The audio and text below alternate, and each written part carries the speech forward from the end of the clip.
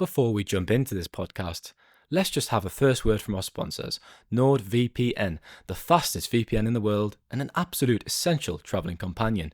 You can use NordVPN on 10 devices with just one account, easily switching your virtual location to access apps and websites in other countries. But if you're out of the country, make sure that you've got NordVPN to be able to use your subscriptions and watch the live sport that you might miss. If you're at home, use it to see if you can save money with products that might be cheaper in another region. Go to nordvpn.com/Manchester to get 4 extra months on the 2-year plan. The link is also in the podcast description. Hello and welcome to the Manchester is Red podcast. This is the Samuel Luckhurst Show. My name is Steven Railston, and as the name of the podcast would suggest, I am joined by Samuel Luckhurst. Myself and Samuel were at the City Ground on Tuesday night to watch United lose 1-0 against Nottingham Forest. We're here to reflect on that game and that performance, and give our views and thoughts. Samuel, you were saying in the car on the way back last night that you don't like when people ask you how you are at the start of a podcast. So how are you? I think you've been dissect and reflect, don't you? I'm slightly tired, but that's the job. We're not complaining. We're cracking on. Well, you got up, you just said 8:45. I mean, I'm pretty knackered. I got in at 2 a.m. and my alarm was set for 9:20, but maybe I shouldn't get the violin out when you've had more sleep than me. Well, and you've got a child. I don't have a young child. I wouldn't know where to begin with that. I think we can just get on with the dissection of the game last night. United were looking to win back-to-back Premier League games for the first time. They failed to do so. Forest scored within 5 minutes. Anthony Elanga arrived, and I did look at him. He looked quite concentrated. He had his headphones on as he strolled in. He was walking on his own. It probably felt inevitable that he would score, given he's a former United player and an academy graduate. It was a fantastic goal. There was 3 players tracking him. They probably should have stopped it. And United looked to respond, looked all right for around half an hour, I thought, but probably could have played for another 90 minutes and not scored, in my opinion. Yeah, a friend who's in the away end last night, he messaged me this morning. He said that they could still be playing and wouldn't have scored. And one of the problems we've had covering United this season is that whether they've won, lost or drawn, more often than not, it's been in really anodyne ways where you've not really been able to get properly stuck into it. And last night was another example of that, where it's the worst case scenario for those with informed opinions because it's Anthony Elanga getting the only goal against his former club. So there'll be ill-informed punters, I've no doubt, queuing up to say, Manchester United made a mistake selling him, when the only mistake they made when Elanga was sold for it was to not get a higher fee for him. I think it was 15 million rising to 20 million. If City were in that scenario, in that situation, it probably would have been double that.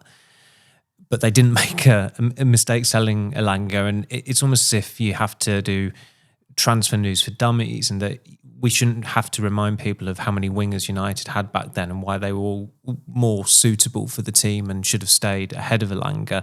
Elanga was clearly, and he's shown at Forest, he's a Premier League quality player, and he also suits their style in that they don't really want to keep the ball. They're a bunch of selfless players who are doing extremely well this season. Elanga's a speedy attacker, and they've had a lot of joy in the counter-attack this season with Elanga, Hudson-Odoi and Gibbs-White. I think what must have been particularly galling for United last night was that Forest were deprived of 2 of their front 4 in Hudson-Odoi and Chris Wood, and they only needed 1 chance, and they took that in the 5th minute. And it wasn't a surprise that United didn't score, because this is a team that struggles to score. They've not scored in 11 games now this season, which is a huge percentage of how many matches they've played overall. And it's not when you look at Forest's clean sheet record this season, I think they've got the most clean sheets in the Premier League. So it's not a surprise to see United play that way, lose that way. It's on repeat. We've said so many times about the issues in terms of lack of a goal scorer.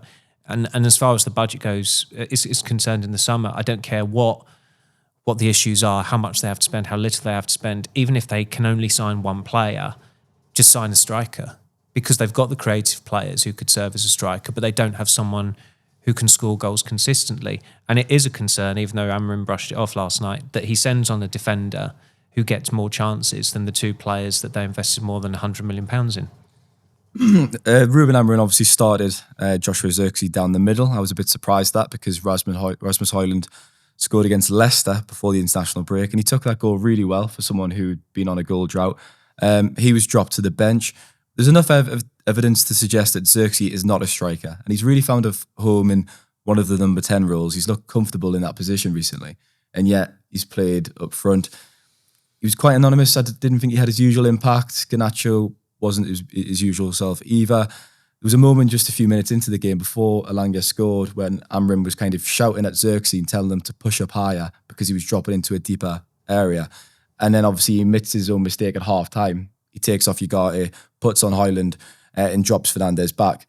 That was an admission, wasn't it, from Amorim that he didn't quite get that set up at the start of the game correct? He cocked up. And there haven't been many occasions where he's actually made clearly bad decisions with selections, but I was pretty surprised to see that Højlund, who had scored in his previous game, was on the bench, and Zirkzee, who Amorim has said himself he's not a number 9, was starting up front. And they must have seen something in training. They must have worked on something where they felt that's the right thing to do. But sometimes you've got to take a step back. Højlund is someone who, for all his flaws, he is likely to occupy the defenders, the centre-backs. Zirkzee isn't. So Milenkovic and Murillo, where they've not got someone penning on them, they've got a clearer outlook of what's going on, and they can settle, they can spot the warning signs, and they can react to them easier. And that's why, like you said during the second half, I'm not, like there are times watching United, I think they will score, but I don't think that today. And look, they had a couple of very good chances at the end, but I think a lot of people would have thought that way. And part of the reason for that was that Forest were given a head start, not just with the timing of the goal, but United set up in the first half with, as you said, Zirkzee playing as a striker when he's not a striker. Also, why move Fernandes when he's been playing really well as a midfielder? I didn't understand that. And look, Fernandes, you can play him in goal and he'd still probably be the best attacking player on the pitch for United. He has that in him. Wherever you play him, you can get a tune out of him. And you play him as a number 10, of course you're going to get a tune out of him, whether he's as the only 10 or whether as one of two 10s, because that's his mentality, that's his skill set. But he was a one-man band in attack in the first half last night. Højlund, in the first couple of minutes, he made a run that Zirkzee would never make, and he won a corner. And immediately you think, okay, he's going to be motivated because he's been dropped and United are losing. He's going to want to help them get back into the game. But he probably would have made that run in the first half at some point as well. And it's pretty damning when Zirkzee comes off. He came off for Maguire, didn't he, as well? In the 78th minute, when you need a goal, and you know that he's a player that you cannot. There's not a lot of logic in keeping him on. I think Maguire came on for Euro. I think. Yes, yeah, he did. That. Yeah, that's right, he did. So that's what the extra 45 minutes of sleep does, Samuel. Indeed, I know. But including added time last night, Forest kept United at bay for well more than 90 minutes. It must have been pushing 100 minutes, given that I think it was 6 added minutes in the first half and may have been 7 in the second half. I can't quite remember. But it's not difficult to stop United from scoring. It's happened 11 times this season. But that was, like, I go back to the playing Mainu up front against Palace and not even starting him against Newcastle as the previous instances where Amorim has clearly made before you see the team sheet and you could confidently write a piece on why it's a mistake before the game has even taken place. And last night there were 2 other cases there with playing Zirkzee up front and just moving Fernandes. I guess the positive on that is at least he admitted it at half time and tried to rectify it by making that change. I guess some managers would probably wait a little bit longer in the second half, give it more of a chance, but he did make that change at half time. Well, Nottingham Forest even that good? No. You're right in saying that they really don't care if they don't have the ball because they're that good on the counter-attack.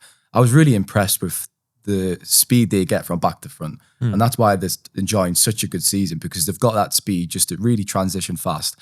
And Langya is obviously a huge part of that. And he was causing huge problems, wasn't he? Should we touch a bit more on him? Because you have kind of went on a little bit in the first part, but it's worth talking about in a bit more detail. Obviously sold by Erik ten Hag in the summer of 2023. It was the right decision to sell him because he wasn't going to be a consistent starter. And he wouldn't have become the player that he is now if he'd stayed at United, because he wasn't going to get that consistent run of games a kind of no pressure environment to really develop and kind of take his game to another level. I wrote my piece in the morning about it might give United food for thought with Mainu and Garnacho though, because it is some different circumstances, because I'd say Mainu and Garnacho have got higher ceilings and they're more established in the first team than Alanya was. But having said that, he's an academy graduate, and when you see these lads who come through the academy and excel elsewhere, it does make fans scratch their heads and probably think, why didn't we keep him? I know there's some revisionism with Alanya, and as I say, it was the right decision to keep him, but what are your thoughts on that? The two teams that wanted him that summer were Everton and Nottingham Forest, who'd finished 16th and 17th in the Premier League. In his one full season at United, he didn't even score a goal. He got 4 goals for United across 2 years. It's harsh to say he was in the first team for 2 years because Solskjaer mismanaged him and didn't give him, I don't think he even gave him a kick in the first half of that 21-22 season. It was only when Rangnick came in that Elanga got going. So he was effectively a United first team squad member for 18 months, and during that time he got 3 goals. And as I said, in the one full season that he had, he did not score. He would not struggle to put in a shift. He would certainly struggle to put the ball between the posts. And those 4 goals he scored, none of them were remotely like the goal he got last night. I think he got 2 headers and he scored 2 side footers where he was put through one-on-one. Was the one at Brentford away, I remember? Yes, yeah. that was probably the best taken one, because he had to run onto a ball over the top, and he controlled it, and then he nodded it in. Kit with the yellow Adidas shirt. Yes, that was well taken. But as I said, they had 6. I think they had 6 wingers ahead of him in the pecking order in terms of both sides. Fernandes had just played on the right hand side in the FA Cup final, so that's a 7th winger possibly. What was the logic in keeping someone who wasn't getting a kick, who was not scoring when he was, getting the opportunities? And it's not United's fault. United didn't tell Marcus Rashford to have a birthday party on Deansgate, or for his hunger to subside after getting 325 grand a week. They didn't tell Anthony to run down blind alleys and only use his left foot. They didn't tell Jadon Sancho to toss it off in training. The bigger picture is that this shows how bad their decision making is. The fact that they signed Sancho and Anthony are separate matters altogether. With Elanga, that they were bad errors of judgment signing those players. You could make the argument that they should have been a bit firmer, or maybe looked at the bigger picture with Rashford. If Ralph Rangnick had stayed on as a consultant, he would have said sell Rashford in the summer of 2022, and he was probably right, given his recruitment hit rate, and also looking at the bigger picture and being able to assess Rashford. But those players' struggles are on the players more than United. That United haven't failed Rashford, they've not failed Sancho, they've not failed Anthony. They failed in signing Sancho when they shouldn't have signed him. They failed in signing Anthony when they shouldn't have signed him, and they squandered. On those two, it's more than £150 million. And they've been doing that for several years. Ahmad and Garnacho were higher potential wingers in the summer of 2023. Garnacho had usurped Elanga in the team, in the squad. Ahmad had been brilliant on loan at Sunderland.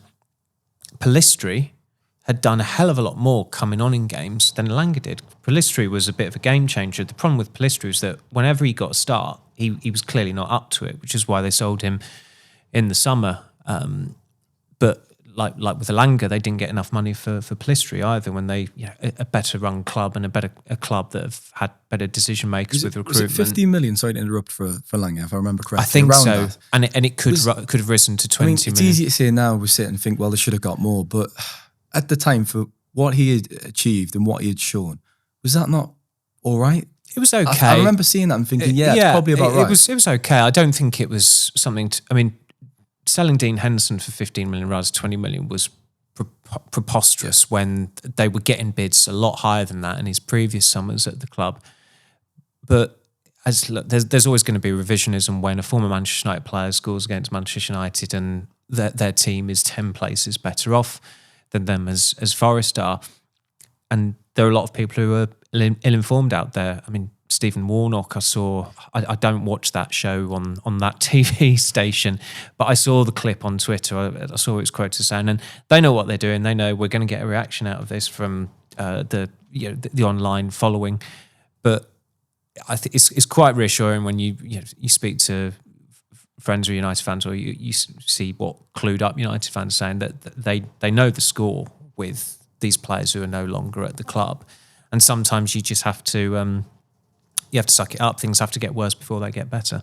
Well, on that particular show that you haven't named, Dermot Gallagher was Oh, no. looking at 10 yards for a free kick or something like that the other week, and it got exposed. The camera accidentally picked up the tape where they had marked it, and he was pretending to do it without the tape. So that just shows you how standards have dropped on that TV show. Yeah. That was pretty embarrassing for them. We'll talk about Garnacho a bit more in depth. I noticed him in the warm-up, and I mean, whether what happens in a warm-up actually matters is probably debatable, but he skived one over the bar from 7 yards. It was a really bad miss. And he seemed to look at the ground in slight embarrassment. And then when he plays, if he has a storming game, that kind of becomes irrelevant. But he had a really kind of poor performance, I thought. He's probably the weakest attacker, even though Xerxes started down the middle. And I was surprised he stayed on. Yeah, I thought he would have came off the mount, actually, or even at half-time, to be fair. But he survived the entire game. He had a few chances, didn't make the most of them. There's been some criticism of Garnacho in the last 12 hours on social media I've seen. Is it not part and parcel Reliable gauge of opinion well, there. I've got to do something in the car on the way back. I can't just speak to you in Richmond for that long every minute. Is it not part and parcel of being a player of that age? There's going to be peaks and troughs, isn't there? I think the bigger problem with Garnacho is that he was so good last season, and he was pretty reliable as a starter as well, that it's indisputable that he has regressed this season, that some of his best performances in recent months, they've been as an impact player off the bench, which was really his role in his first months under Ten Hag, where he started 38 games on the spin last season. You think, okay, well, you could build on that now, and he should have more goals than he's got at the moment. I think someone said last night that he had 6 shots against Forest, and it's difficult to think of one of them really getting anywhere near to being a goal. I know he had one which he screwed wide in the second half. But Amrim even touched upon it, because he was asked about Garnacho with a couple of questions, and he effectively said he wasn't up to it in the final third last night. Which again, that's why I was surprised that Garnacho stayed on, because Amrim could clearly see that there was certainly an issue with his decision making. He even specifically mentioned how he was overlooking Dorgu at times, and there was an occasion in the second half where United took an absolute eternity to switch the ball to Dorgu, and they had a couple of opportunities in the first half to do it with the other side to Dallo. I mean, as I don't think Forest are that compact a team. They try and, it's almost as if they model themselves on Atletico Madrid when they were in their pomp under Simeone, but they're not that difficult to break down. And the problem United had was that they just made bad decisions, and certainly that case in the second half when the ball did get to Dorgu eventually. I think Amrim slapped his thighs because they were so slow to getting the ball to him. Forest were in place to deal with it, and then Dorgu gave the ball away. I was going to say, even when they did get the ball to him, he made a few sloppy passes. Yeah, I mean, Dorgu did not play well, but Garnacho has got to collaborate with the player on that side, and I know he started on the right of the two tens, so he was collaborating with Dallo, and Amrim was quite keen for United, certainly in the first half, to play the ball into the right-hand channel. He kept on, I think he was going on at Ugarte quite a bit, saying get the ball on that side. And that's where a lot of the play, it felt like most of the play in the first half was going through Dallo and Garnacho. But Garnacho looked quite meek as well, and you wonder where he was in the Argentina squad. I think he was in the provisional squad, but then he didn't make the cut, as that knocked his confidence a bit. But then his previous game for United, he ended his goal drought with the first goal in, 24 games. You can't say that the inconvenient timing of the international break is the source of United losing last night, or players all of a sudden underperforming, because just look at their form this season. The truth of the matter is that too many of them, it's quite a bland word, but they are just inconsistent. They are flaky players, and Garnacho has had a flaky season. I don't think he's had as bad a season as some have made out. And Amrim also has spoken about him quite positively since he was omitted from the squad in the derby back in December.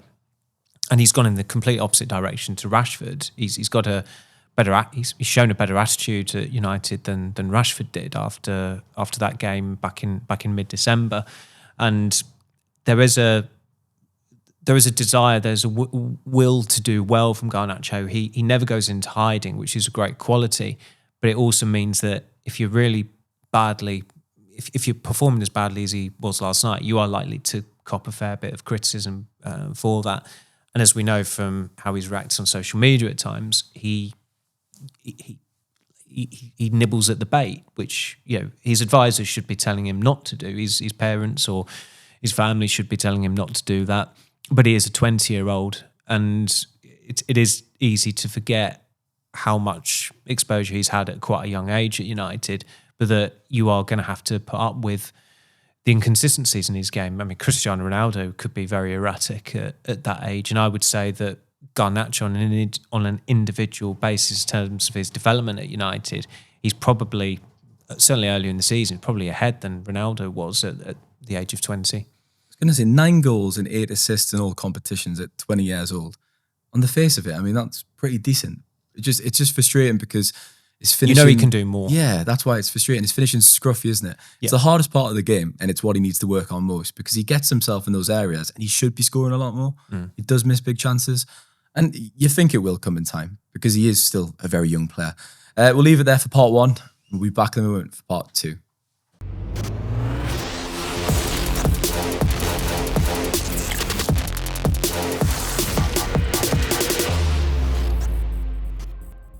Welcome back to part 2 of the podcast. I'm going to ask you probably a funny question, Samuel. Did that result even matter? Because it's all about the Europa League this season. This Premier League campaign has been written off, essentially.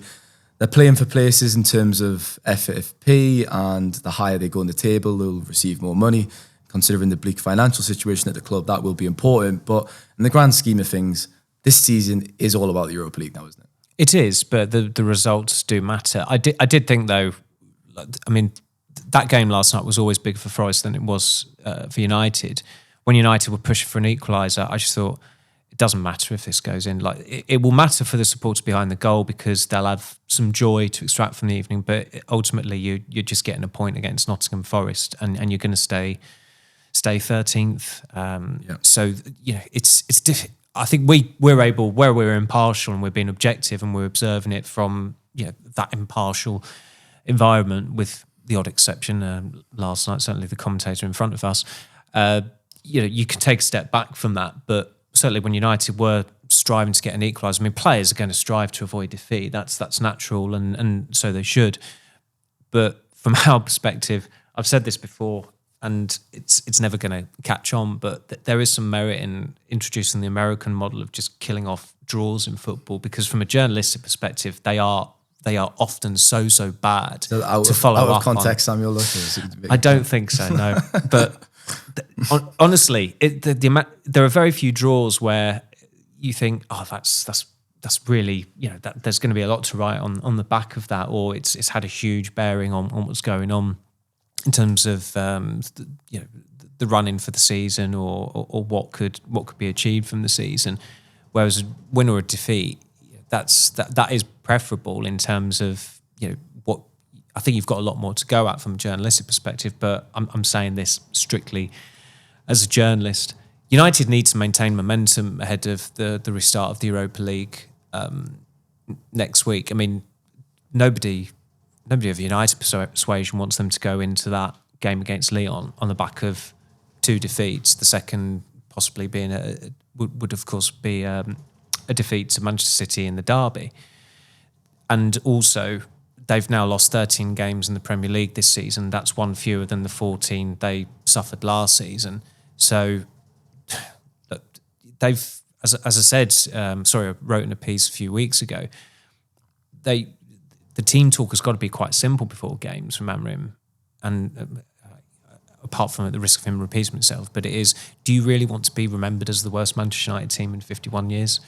And that will certainly weed out the ones who... Can he say that after saying they maybe already are the team? Well, yeah, true. Yeah, he's already... Yeah, he's kind of like... That one out the bag, hasn't he? He's blown it out of the water already, hasn't he? Yeah, that's fair enough. And Did he get a reaction after that? Possibly not. I think they might have actually won their next 3 games after that, because he said it post Brighton, and they did win 3 games for the one and only time all season on the spin. So maybe there was some method in it, but we know that whatever happens between now and the end of the season, we know that squad has got to be gutted, depending on whether in Europe or not next season.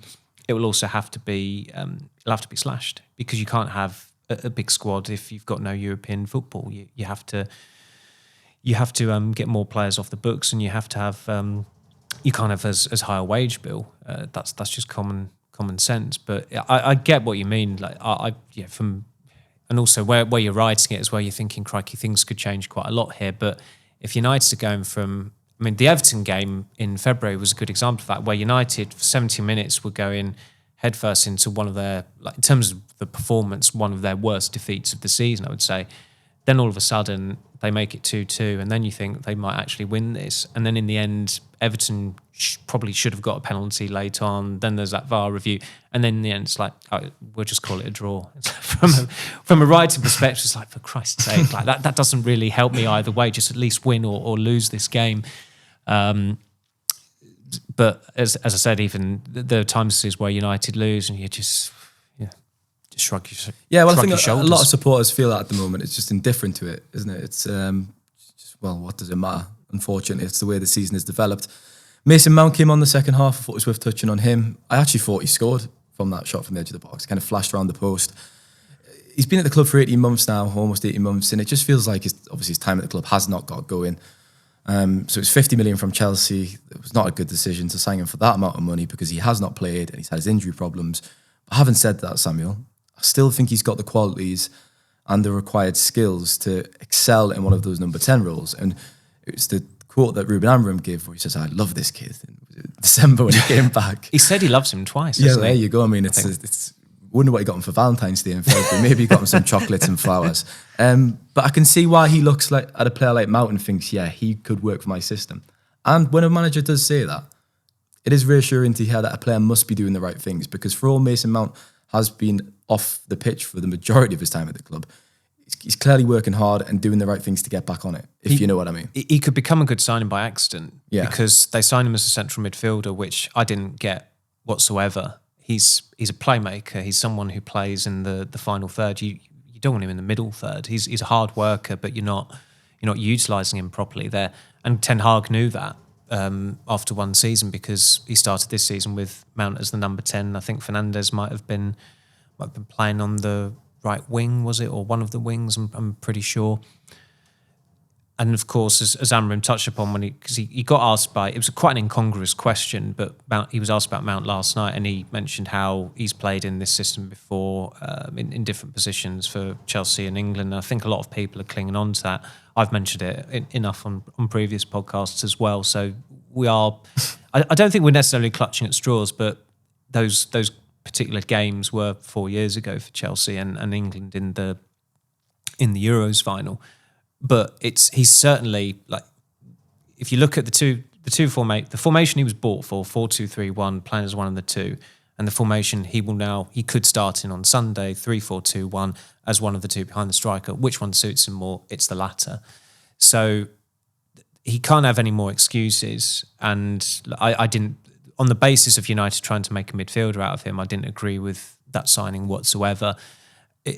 Going back to what we were talking about earlier about United's bad decisions in recruitment, you look at the English players who moved that summer, who they could have been in or should have been in and didn't go for, whether it be Bellingham, okay, he was unattainable. Kane, he was attainable. Even James Maddison going to Tottenham.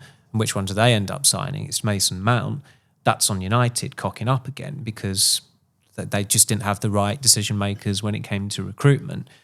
But it could be the happy accident that they've got Mount now playing, or about to start in a system that should suit him. I'd have started him last night purely because United are not going to get where they need to with Joshua Zirkzee as one of the two number 10s, and Mount has had he's had a pretty good number of team training sessions now. I certainly think that I'm not necessarily surprised, but I think it was in December, wasn't it? He came on, did quite well against Pilsen, and then he did start the derby. He deserved to start that game, yeah? Yeah, he did, and absolutely. And I'd certainly have him starting at the weekend.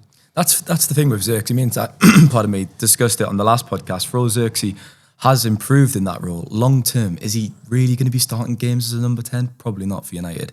It's interesting when you look at Mason Mount's injury record, because obviously it has been poor, as I've just said, in Manchester, but he rarely suffered injuries at Chelsea. I've got the stat up, between 2017 and 2018 to 2022, 2023, he played 279 games. He obviously had, I think it was a hip problem in his last season at Chelsea, which may have affected him going forward. But he's had quite a few muscle... At that point, he appealed to Manchester United. Well, yeah, you can make the jokes right themselves, I guess. But he's had muscle injuries. Whether that hip affects the way his mechanics are working. But it's interesting because a lot of players at the club have had muscle injuries in the last 18 months. We saw it last season. We're seeing it again. I'm not a doctor. I'm not professing to be in the standard medical science, but muscle injuries are to do with your load and how you're training, etc. and stuff like that. Gary O'Driscoll's obviously leaving the club. Ineos have looked at the medical department, but it still suggests to me that maybe something's not quite right in that department. Well, when the head of medicine and the physio is going, Gary O'Driscoll was at Arsenal for a long, long time as well. I think it was nearly the best part of 2 decades, and he won't have lasted 2 years at United, and it's not a surprise. I was told that Ratcliffe was, like, in terms of scrutinising the various departments at United, and this is probably something that could go one way or the other in terms of what people think of him, but he wasn't even happy with how some of the medical personnel were treating the players. Like, he thought that they were going about it in the wrong way. Now, if you're someone who works in the medical department at Manchester United and you've got some billionaire coming in telling you you're doing it wrong, the chances are that you're not going to stick around for too much longer. Whether Ratcliffe was right, whether he was wrong, I've absolutely no idea. But it does paint a picture of him just essentially disapproving of pretty much every department there, and how it's run. That's not to say that United have got a bunch of quacks on their underemployment there or anything. Like, as I said, I think if you look at the Arse documentary, and Gary O'Driscoll actually comes across pretty well, and also he was working at Arsenal Football Club for a hell of a long time, so he must be very good at his job. But from when he joined United, it was still Richard Arnold as the chief executive. It was still John Murtagh as the football director. It changed completely within less than 12 months. So I don't think it's a massive surprise that we're seeing more high-profile departures or low-profile departures, however way you want to look at it. The bigger problem is just there is far too much football. Football has gone well beyond the saturation point.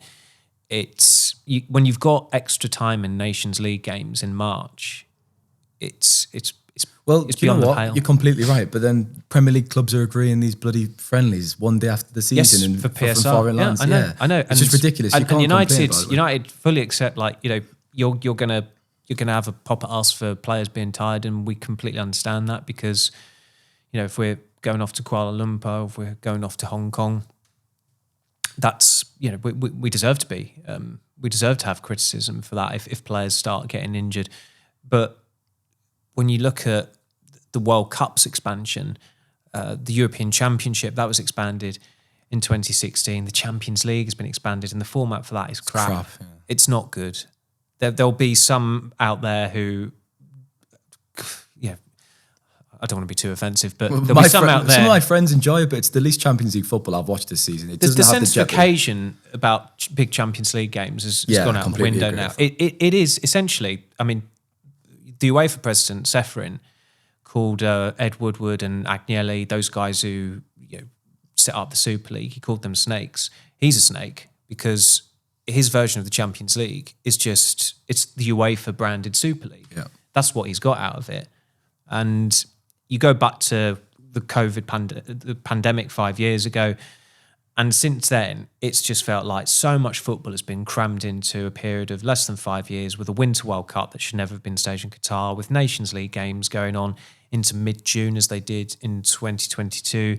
You've had major tournaments, 2 Euros, European Championship 2021, 2025, a couple of Copa Americas. There's an AFCON every 2 years. But what I will say, Samuel, is all top clubs have all these international players and they're all contending with the same, to an extent, fixture list. So it is far too much. It's inflated. It's terrible. I completely agree. But everyone's kind of dealing with the same hand of cards here. Do you know what I mean? Arsenal, Manchester City. I know Arsenal have had a few problems.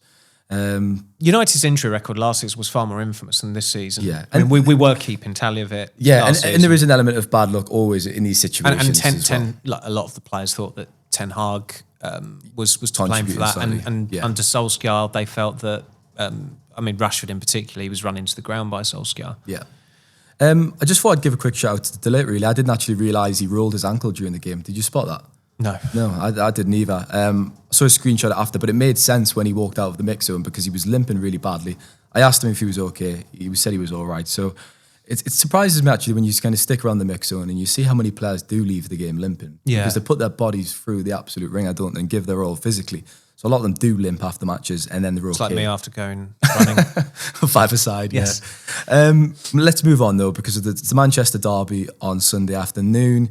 It's probably the kind of least anticipated Manchester derby I can remember. I'll be talking about that on Friday, won't I? Well, you got a Friday podcast there. You go, well, that's not my knowledge. I'm out of the loop now because I'm on the midweek debate team. Yes. The debate team. So it's more of a debate than the one that they used to have on MUTV, which has conventionally stopped. Nothing's with a debate United on losing so many games this season. So it's City on Sunday and then it's Lyon on Thursday, the first leg. Newcastle away at St James's Park and then, of course, Lyon back at Old Trafford for the second leg. It's worth touching on the Europa League then because, as I said, for me, it's Europa League or bust. What more can I add? They've really got to go to France and get a positive result. I actually thought it'd be a tricky game because Lyon have brushed aside FCSB. I think it was 7-1 in aggregate in the previous leg of the Europa League. Very comprehensive. But then when I looked at Lyon in the Ligue 1, they've had a few okay results, lost 3-2 to PSG. But if you actually look at their team, they're not very good.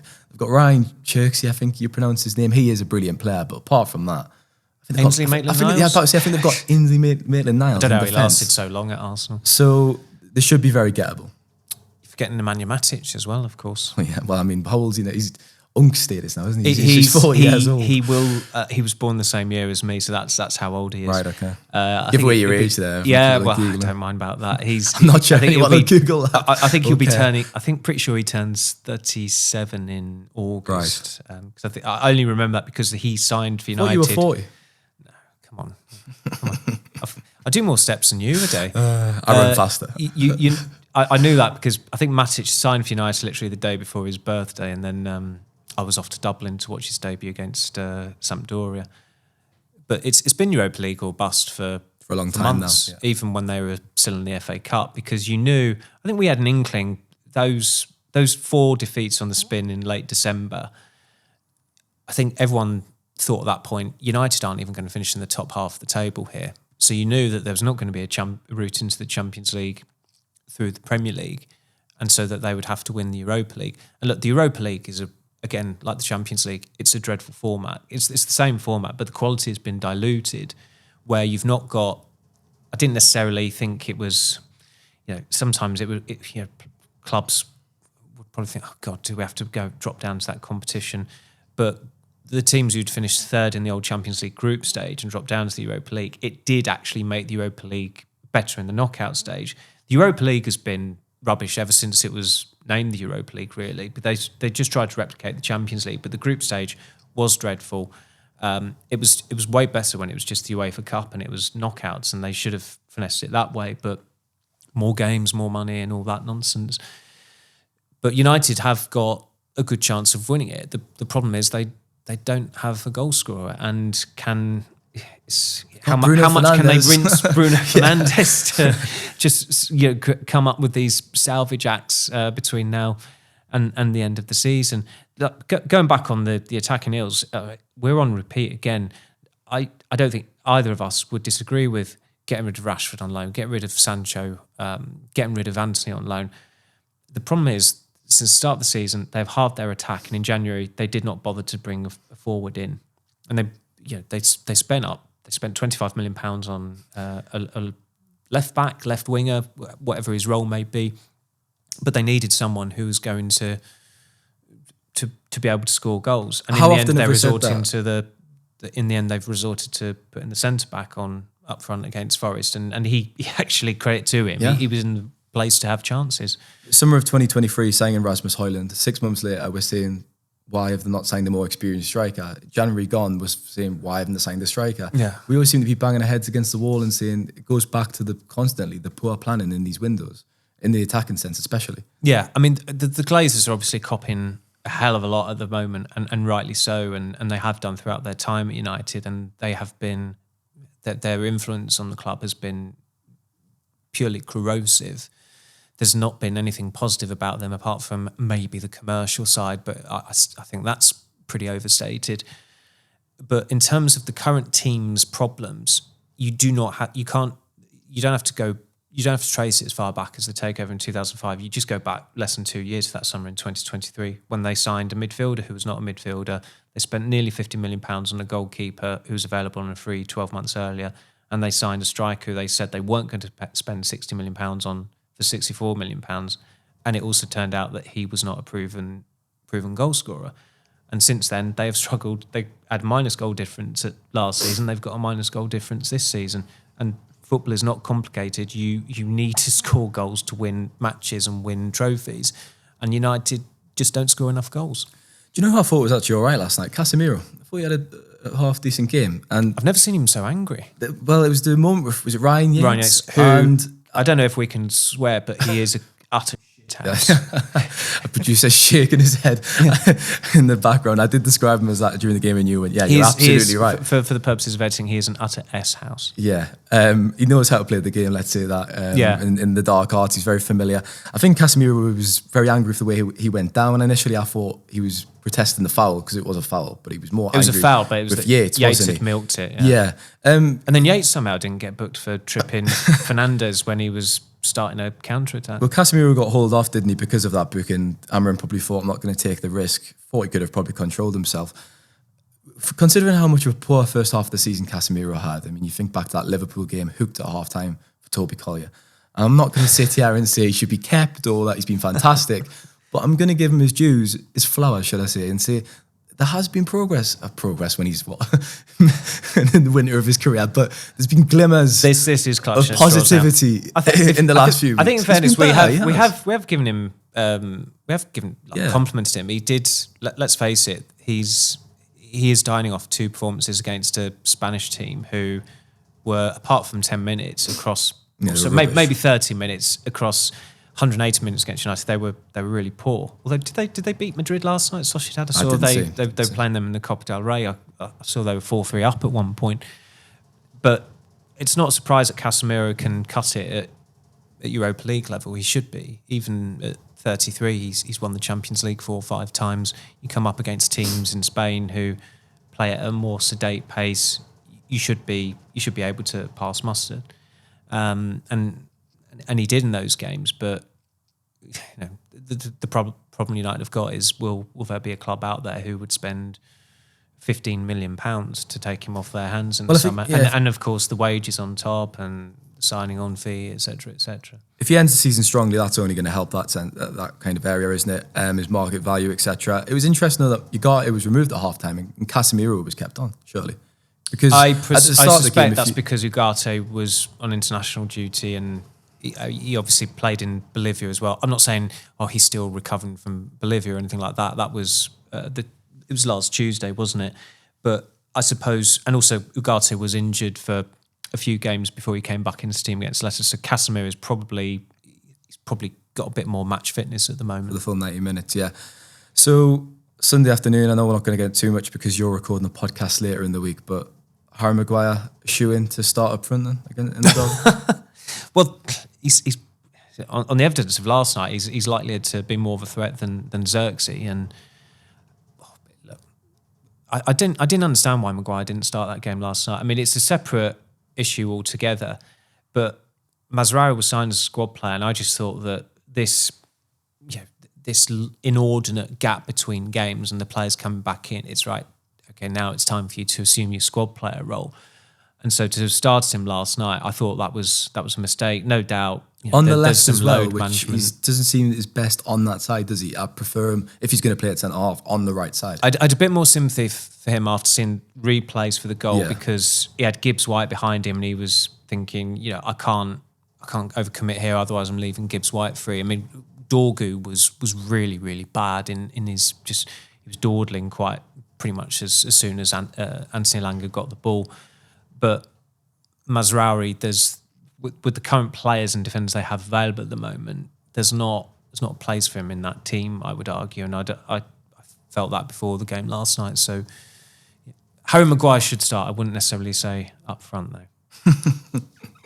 Well, you never know. I mean, he did put himself about. And was there anything interesting just in the podcast from Ruben Amorim's press conference worth mentioning that we haven't already? I know you mentioned Garnacho. This is the other problem in that it's not Ruben Amorim's problem. He gives lengthy answers, but he said a lot of things last night that we'd heard already. Like, we have a lack of goals. I've heard that a lot of times from Ruben Amorim. He's watching the same performances, that's why. The defeat was very reminiscent of the Tottenham game, and United probably played a little bit better, but it's one of those defeats where you shrug your shoulders and you can't be offended by it. They are still 3 points short of the magic 40 mark, but I think they could lose every game between now and the end of the season. They'd still survive. Yeah, the bottom three are absolutely terrible this season. Thanks for your time, Samuel. Thank you, Stephen. Thanks to listeners. As usual, if you leave a comment and like if you're watching on YouTube, and subscribe on your audio platforms, Spotify, Apple, etc. Take care, and we'll be back later in the week.